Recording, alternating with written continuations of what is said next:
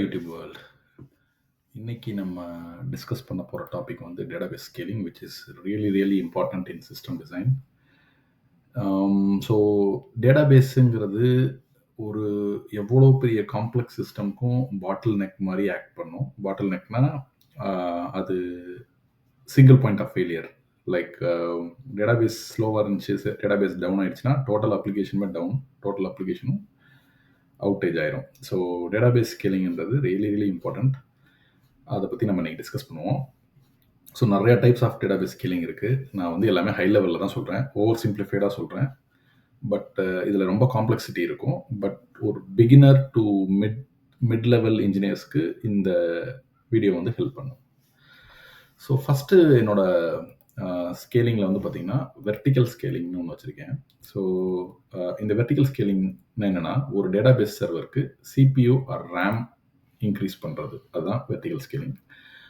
Like 32 GB RAM இருக்குது, but நமக்கு அது பத்தலை அப்படின்னா அதை இன்க்ரீஸ் பண்ணுறது 64 GB, 128 GB, இல்லை சாலிட் ஸ்டேட் ட்ரைவ்ஸ் அந்த மாதிரி மாற்றுறது வெர்டிக்கல் ஸ்கேலிங்.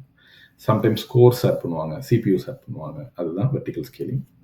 பிகாஸ் மெமரிஸ் அதிகமாகும், இல்லை டேட்டாபேஸே ஸ்லோவாக இருக்குது அப்படின்னா இந்த ஸ்கேலிங் யூஸ் பண்ணுவாங்க. ஒரு லிமிட்டுக்கு மேலே போகவே முடியாது, அதுதான் இதோட பெரிய ட்ராபேக்கு. நீங்கள் ஒரு மிஷின் சேர்த்து ஆட் பண்ணுற மாதிரி சுச்சுவேஷன் வந்துடும், இல்லை நம்ம அப்ளிகேஷனை டியூன் பண்ணுற மாதிரி வந்துடும். அதுதான் வெர்டிக்கல் ஸ்கேலிங். இது எப்போ யூஸ் பண்ணலாம்னா, ஒரு சின்ன அப்ளிகேஷன், ஒரு ஸ்டார்ட் அப் ஏர்லி ஸ்டேஜஸில் இருக்கும்போது யூஸ் பண்ணலாம். ஒரு 50,000 யூசர்ஸ் ஐடியலாக யூஸ் பண்ணலாம் டிராஃபிக்கு. ரொம்ப சிம்பிளான சொல்யூஷன், சீப்பான சொல்யூஷன், அதான் வெர்டிக்கல் ஸ்கேலிங். அடுத்தது வந்து ரீட் ஸ்கேலிங், ரீட் ரெப்ளிகாஸ் வச்சுருக்கிறது. இது ஒரு இன்ட்ரெஸ்டிங்கான ஒரு இது. ஏன்னா நம்ம சிஸ்டம் பொறுத்த வரைக்கும் 90% டிராஃபிக் வந்து ரீடு தான், எல்லா சிஸ்டமுக்குமே சொல்கிறேன். ஸோ அதனால நம்ம வந்து ரீடை வந்து தனியாக ஒரு சர்வருக்கோ இல்லை ஒரு பாக்ஸுக்கோ மூவ் பண்ணிவிட்டு ரைட்டை வந்து ப்ரைமரி டிபியாக ஆக்ட் பண்ண வைக்கிறது பேர் தான் read scaling or read replicas. So read 90% டிராஃபிக்கை நம்ம ஹேண்டில் பண்ணிட்டாலே போதும் ஸ்மார்ட்டாக, நம்மளோட பர்ஃபார்மன்ஸ் வந்து குறையாது. அதோட கான்செப்ட் தான் இது, read scaling or read replicas. இது எப்போ யூஸ் பண்ணலாம்னா, நம்ம ப்ரொஃபைல் வியூஸ், இப்போ இன்ஸ்டாகிராமில் ப்ரொஃபைல் வியூ பண்ணுறது எல்லாமே பார்த்தீங்கன்னா ரீடு தான், அது எல்லாமே ரைட்டு கிடையாது, கரெக்டாக? ஸோ அந்த மாதிரி ஆப்ரேஷன்ஸ்க்குலாம் பார்த்தீங்கன்னா நிறைய ரீட் ரெப்ளிகாஸ் வச்சுருப்பாங்க. ரைட் ரெப்ளிகா ப்ரைமரி டேட்டாபேஸ் வந்து ஒன்றே ஒன்று இருக்கும், ரொம்ப கம்மி சைஸில் இருக்கும், ஆனால் அது வந்து சிங்க்ரனைஸ் ஆகிட்டே இருக்கும் ரீட் ரெப்ளிகா கூட.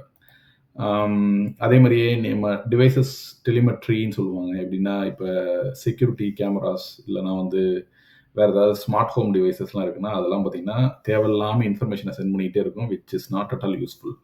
ஆனால் நம்ம அதை ஒரு அனலிட்டிக் பர்பஸ்க்கோ இல்லை வேறு ஏதோ ஒரு பர்பஸ்க்கோ யூஸ் பண்ணுவோம் இல்லையா, அதெல்லாம் நம்ம ரீட் ரெப்ளிகாலேயே மூவ் பண்ணுற மாதிரி பண்ணுறது தான். அப்ளிகேஷன்லேருந்து ரீட் ரெப்ளிகா ரீட் பண்ணி டிஸ்பிளே பண்ணுற மாதிரி. ரைட்டு வந்து ஒரே ஒரு டிபி. இது ரீட் ரெப்ளிகா வந்து ரியல் வேர்ல்டில் பார்த்திங்கன்னா ஒரு 10-15 இருக்கும் ரீட் ரெப்ளிகாஸ். அதான் read scaling or read replicas. Third, இது வந்து நிறைய இடத்துல யூஸ் பண்ணுவாங்க, பார்ட்டிஷனிங். அது எப்படின்னா, ஒரே டேட்டாபேஸ்க்குள்ள டேபிளை வந்து மல்டிபிள் பார்ட்ஸாக ஸ்ப்ளிட் பண்ணுறது.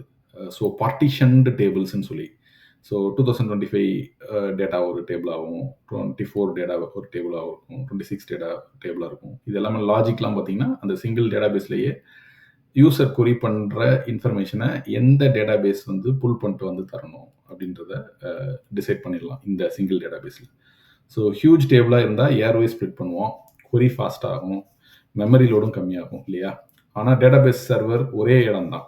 லைக் ஃபெயிலியர் ரிஸ்க் இன்னும் இதில் இருக்குது, பார்ட்டிஷனிங் கான்செப்ட்லையுமே பார்த்தீங்கன்னா ஒரே டேட்டாபேஸ் யூஸ் பண்ணுறதுனால. பட் கொஞ்சம் ஃபாஸ்ட்டாக பர்ஃபார்ம் பண்ணும் மற்றதை கம்பேர் பண்ணும்போது. நெக்ஸ்ட் வந்து ஷார்டிங் கான்செப்ட் வந்து நிறையா பேர் ஈஸியாக சொல்லிடுவாங்க, பட் இம்ப்ளிமெண்டேஷன் வைஸ் இது ரொம்ப கஷ்டம் ஷார்டிங்கிறது வந்து. ஏன்னா ஷார்டிங் வந்து 2 இடத்துல ஹேண்டில் பண்ணுவாங்க. அதுக்கு முன்னாடி நான் ஷார்டிங் என்னன்னு சொல்லிடுறேன். டேட்டாபேஸ் வந்து மல்டிப்புளாக இருக்கும், ஸோ இதையே நம்ம ஸ்ப்ளிட் பண்ணியிருப்போம். ஃபார் எக்ஸாம்பிள் இங்கே நம்ம பார்ட்டிஷனிங்கில் சிங்கிள் டேட்டாபேஸ் வச்சுருக்கோம் இல்லையா, இந்த சிங்கிள் டேட்டாபேஸே மல்டிப்புளாக இருக்கிறது பேர் தான் ஷார்டிங்.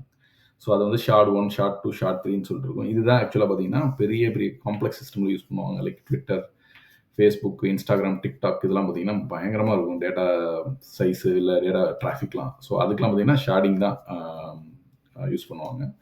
அதுக்கு இது எதுவுமே ஒர்க் ஆகாது. இங்கே உள்ள நம்ம மென்ஷன் பண்ண பார்ட்டிஷனிங் எதுவுமே இருக்கலாம். இதெல்லாம் பார்த்தீங்கன்னா மீடியம் ஸ்கேல் அப்ளிகேஷன்ஸ்க்கு இல்லை ரெகுலர் என்டர்பிரைஸ் அப்ளிகேஷனுக்கு யூஸ் ஆகும் அந்த பார்ட்டிஷனிங்லாம். கொஞ்சம் ஹை லெவல் போனோம்னா ஷார்டிங் மட்டும் தான் யூஸ் ஆகும். ஸோ ஒவ்வொரு ஷார்டுங்கிறதும் ஒரு இண்டிபெண்டன்ட் டேட்டாபேஸு. இதில் வந்து நீங்கள் எவ்வளோ நாளும் ஸ்கேல் பண்ணலாம். கரெக்டாக இப்போ நான் ஷார்ட் 1, 2, 3ன்னு போட்டேன். நாளைக்கு ஒரு 150 ஷார்ட் கூட ஆட் பண்ணலாம். இல்லை 200, 500 ஷார்ட் கூட ஆட் பண்ணிட்டே போகலாம். நம்ம ஷார்ட் ரவுட்டர் அதை ஹேண்டில் பண்ணுற வரைக்கும். அந்த லாஜிக்கும் பார்த்தீங்கன்னா ஜென்ரிக்காக எழுதிடுவாங்க. நீங்கள் எத்தனை ஷார்ட் வேணாலும் ஆட் பண்ணிட்டே போகலாம். அந்த ஷார்ட் ரவுட்டர் ஸ்மார்ட்டாக என்ன பண்ணணும்னா எங்கேருந்து டேட்டா புல் பண்ணிட்டு வரணும் அப்படின்றது தான். இதுதான் real solution or real production architecture solution. But as I said இதை வந்து இம்ப்ளிமெண்ட் பண்ணுறது அவ்வளோ ஈஸி கிடையாது. அது எஸ்பெஷலி எந்த ஷார்ட்லேருந்து இன்ஃபர்மேஷன் கொண்டு வரணும், அந்த ஷார்ட்லாம் எப்படி வந்து கரெக்டாக சிங்க் ஆகணும் அப்படின்றதெல்லாம் டிசைட் பண்ணுறதுலாம் கொஞ்சம் காம்ப்ளெக்ஸ் அதிகமாகும். பட் ஒரு ஒரு என்ட்ரி லெவலுக்கு இதுதான் அதோட பேசிக் ஐடியா. வாட்ஸ்அப்பு, அமேசான், மற்ற பெரிய பிளாட்ஃபார்ம்ஸ் எல்லாமே இந்த ஷார்டிங் கான்செப்ட் யூஸ் பண்ணி தான் இப்பயும் ரன் ஆகிட்டு இருக்கு. ஓகே, ஸோ இவ்வளோதானா அப்படின்னா நோ. ஆக்சுவலாக பார்த்தீங்கன்னா நம்ம ரியல் ப்ரொடக்ஷன் ஆர்கிடெக்சர் பார்க்க போகிறோம். இப்போ நான் சொன்னது எல்லாமே பார்த்தீங்கன்னா கான்செப்சுவலாக இருக்குமே தவிர ரியல் ப்ரொடக்ஷன் ஆர்கிடெக்சர் கிடையாது. ரியல் ப்ரொடக்ஷன் ஆர்கிடெக்சர்னு இப்போ நான் காட்டுற டயக்ராம் தான் ஓரளவுக்கு ஒரு 90% அக்யூரேட்டாக இருக்கும். எப்படின்னா ஒரு ரியல் ப்ரொடக்ஷன் ஆர்கிடெக்சரில் ஒரு டைப் மட்டுமே யூஸ் பண்ண மாட்டாங்க, எல்லாத்தையும் மிக்ஸ் பண்ணுவாங்க. அது பேர் வந்து ஹைப்ரிட் ஸ்கேலிங்னு சொல்லி. அதுதான் பெரிய கம்பெனிஸ்லாம் யூஸ் பண்ணுவாங்க. மோஸ்ட்லி ஹைப்ரிட் ஸ்கேலிங் தான் இருக்கும். ஸோ ஃபஸ்ட்டு வந்து கேஷ் இருக்கும். அதுக்கப்புறம் பார்த்தீங்கன்னா நெக்ஸ்ட்டு ரெப்ளிகாஸ் இருக்கும். அதில் ரீட் ரெப்ளிகா, ரைட் ரெப்ளிகான்னு தனியாக பிரிச்சிருப்பாங்க. பிரைமரி டேட்டாபேஸ், செகண்டரி டேட்டாபேஸ்ன்னு இருக்கும். அப்புறம் ஈச் லேயரில் பார்த்தீங்கன்னா லோடை வந்து நெக்ஸ்ட் லெவலுக்கு புஷ் பண்ணும். ஷார்டு இதுதான் real world scalable architecture. Sharding ரவுட்டரும் வச்சுருப்பாங்க. ரைட்டுக்கு ஒரு பிரைமரி டேட்டாபேஸ் இருக்கும். அதுக்கப்புறம் ஷார்ட் 1, ஷார்ட் 2 இருக்கும். ஸோ இதெல்லாம் எப்படி ஒருங்கிணைஞ்சு வேலை செய்யுது அப்படின்னா, இதெல்லாம் பார்த்தீங்கன்னா ஸ்டாட்டிக் டேட்டா இருக்கும். கேஷ்லாம் இல்லை வந்து டோக்கன்ஸ் இருக்கும். யூசரோட லாகின் இன்ஃபர்மேஷன்லாம் ஸ்டோர் பண்ணி வச்சுட்டு உடனே ரெஸ்பான்ஸ் வரதுக்கு கேஷ் இருக்கும். பிரைமரி டேட்டாபேஸில் தான் முக்கியமான transaction single source of truth மாதிரி இருக்கும். ரீட் ரெப்ளிகாவில் பார்த்தீங்கன்னா லாகு, மெட்ரிக்ஸு, அனலிட்டிக்ஸு இதெல்லாம் பார்த்தீங்கன்னா ரீட் ரெப்ளிகா ஹேண்டில் பண்ணும்.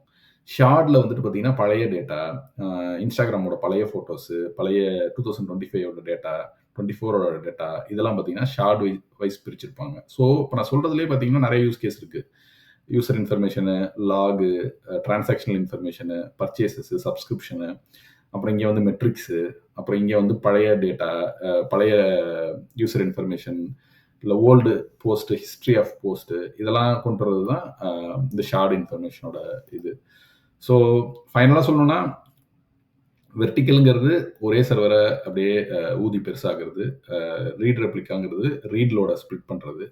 பார்ட்டிஷனிங்கிறது டேபிளுக்குள்ளேயே ஸ்பிளிட்ஸை உருவாக்குறது. ஒரே சிங்கிள் டேட்டாபேஸ்க்குள்ளேயே டேபிள்ஸ் ஸ்பிளிட்ஸ் உண்டாக்குறது. ஷார்டிங்கிறது டேட்டாபேஸே மல்டிபிள் டேட்டாபேஸ் ஆக்குறது. ரியல் வேர்ல்டில் தான் எல்லாமே கலந்துருக்கிறது தான் real production architecture. That's all friends.